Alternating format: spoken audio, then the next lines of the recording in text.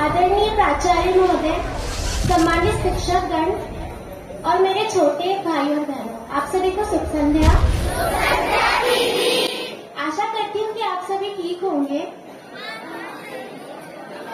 सर्वप्रथम तो मैं प्राचार्य महोदय, महोदया सर और सभी सम्मानित शिक्षकगण को हृदय से धन्यवाद करना चाहूंगी कि मुझे इस हिंदी पखवाड़ा समापन समारोह का हिस्सा बनने का अवसर प्रदान किया गया और यह उपहार देने की कृपा की गई।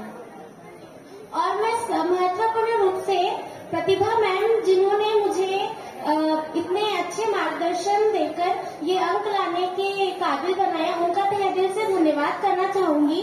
वह अभी वर्तमान में तो अभी हमारे विद्यालय में उपस्थित नहीं है, पर मैम मैं आपको तहे दिल से धन्यवाद बोलना चाहूंगी कि आप ही के मार्गदर्शन से मैंने ये कर पाई।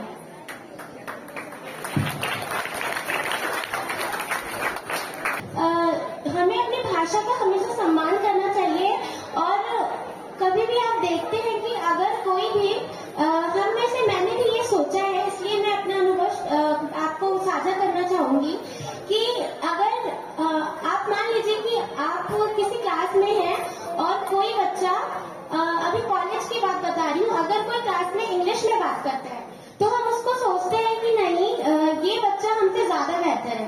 ज्यादातर ये हिंदी भाषी लोग समझते हैं, पर ऐसा नहीं है। हमें अपनी मातृभाषा को बोलने में कोई भी शर्म नहीं आनी चाहिए। इसका सबसे अच्छा उदाहरण मैं आपको देना चाहूंगी कि आप देखते हैं कोयल, जिसका स्वर हम सभी को भाता है, वह स्वतंत्र रूप से अपनी भाषा में गाती है, अपनी भाषा में बोलती है। और वही लीजिए तोता, जिसको हम अपनी भाषा सिखाते हैं और वो हमेशा पिंजरे में बंद रहता है।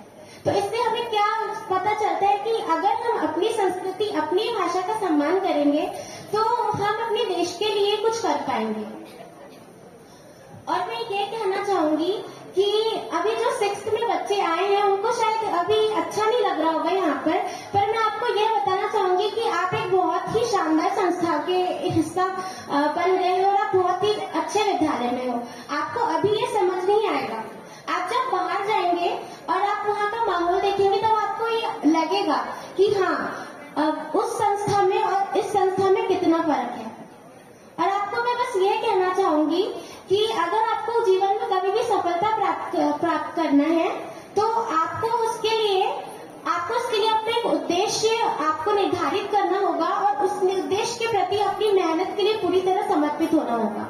और इसके लिए आप कोशिश करें कि आप अपने सफलता की जो लड़ाई है उसमें आपने जिन लोगों का साथ पाया है, चाहे वो शिक्षक हो या हमारे माता पिता, कभी भी आप उनका सम्मान करना और कभी भी आप उनको धन्यवाद कहना ना भूलें, क्योंकि उनकी वजह से ही हम सफलता प्राप्त कर पाते हैं। और मैं ये कहना चाहूंगी कि अगर आप कभी सफलता प्राप्त करें तो आप एक चीज ना करें कि आप अपने अंदर कभी भी अहंकार न लाएं कि हाँ, अब मैंने इतना सब कुछ कर लिया तो मुझे अब कुछ करने की जरूरत नहीं है। आप कोशिश करिए कि आप आगे क्या सीख सकते हैं। और एक बात है कि आप अगर कुछ सीख रहे हैं तो आप कोशिश करिए कि आप अपने आसपास के लोगों को भी सिखा के चले। किसी को धक्का देकर आगे बढ़ने से अच्छा है कि आप किसी का हाथ पकड़ के आगे बढ़े, ताकि आपके साथ साथ आपके मित्र हैं, आपके छोटे भाई बहन या फिर आप जिनको भी मोटिवेट करना चाहते हैं वो सब आप लोगों के साथ हो और आप उनको लेकर चले। और सबसे बड़ी बात है कि आपको वातावरण कैसे मिल रहा है। मैं बहुत लकी हूँ कि मैं जीवन हाउस में रही हूँ और जीवन हाउस में हमको वो वातावरण मिला जिससे हम सभी अच्छे ढंग से पढ़ाई कर पाए। और इससे पहले जो हमारी सीनियर दीदी लोग आती थी, वो जैसे मनीषा दीदी, वो भी जीवन हाउस से थी। और जो अभी मेरे जूनियर्स है उनमें से अभी जीवन हाउस की जितनी भी लड़कियां अभी उपलब्धि हासिल कर रही है, चाहे वो खेल का क्षेत्र हो या पढ़ाई का, मैं बहुत शुभकामनाएं देना चाहूंगी। आप आगे भी ऐसे करते रहिए। और कभी वो टाइम याद आ रहा है जब हम भी इसी फील्ड में कभी हुआ करते थे और जब हमारे सीनियर्स आते थे तो हम सोचते थे कि नहीं, एक दिन हम भी ऐसे आएंगे और हम भी अपने भाई बहनों को कुछ बोल के जाएंगे, और पता ही नहीं चला कि इतनी जल्दी वो समय आ भी गया। तो मैं यही कहना चाहूंगी कि आप अपना उद्देश्य बनाइए और आप कोशिश करिए कि आप कुछ सीखें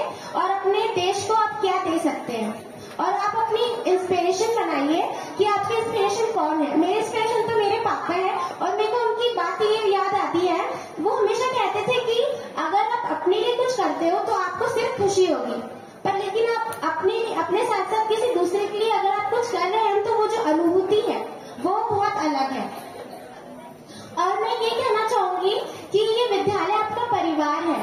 आप अगर ये सोचेंगे कि हम आपको अभी मैं नवोदय में तो मैं खुद जाती हूँ, आपको जब आप यहाँ रहते हैं तो आपको लगता है बाहर वाले बच्चों को देख के कि यार इन लोग के पास कितनी फ्रीडम है, मतलब इन लोग फोन चलाते हैं, लोग कुछ भी बाहर का खाना रहता है तो खा लेते हैं। आप ऐसा सोचते हैं, पर ऐसा कुछ भी नहीं है। जो आपको माहौल यहाँ मिलता है वो कहीं नहीं मिल पाएगा, ये आपको बाहर जाके ही समझ में आएगा। आप कभी भी आजादी का गलत फायदा ना उठाए बाहर जाके, अगर आप कभी यहाँ से निकले भी, और आप इस विद्यालय को अपना परिवार माने और आप अपने शिक्षक से एक माता पिता और एक बच्चे के बीच में जो संबंध होता है वो स्थापित करने की कोशिश करें। हाँ, मतलब मैं अपना बता रही हूँ कि मैं जब शुरुआत में ऐसा करना चाहा, मैंने तो मुझे थोड़ी सी हिचकिचाहट हुई, पर मुझे याद है अच्छे से कि मैंने बहुत पीटी मैम से बोला था, बहुत हिम्मत करके।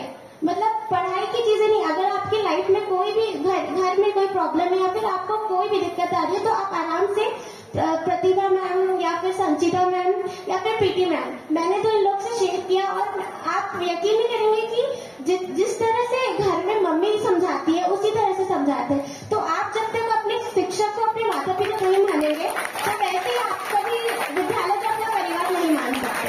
और अब मैं यही कहना चाहूंगी कि आप ऐसे ही अपने शिक्षकों के साथ अच्छा संबंध स्थापित करें और आप मेहनत करें।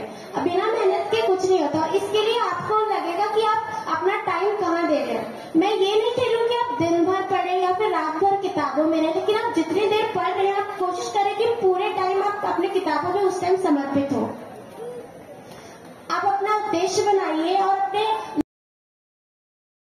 लगन से उसी काम में लग जाइए, सफलता जरूर मिलेगी। धन्यवाद।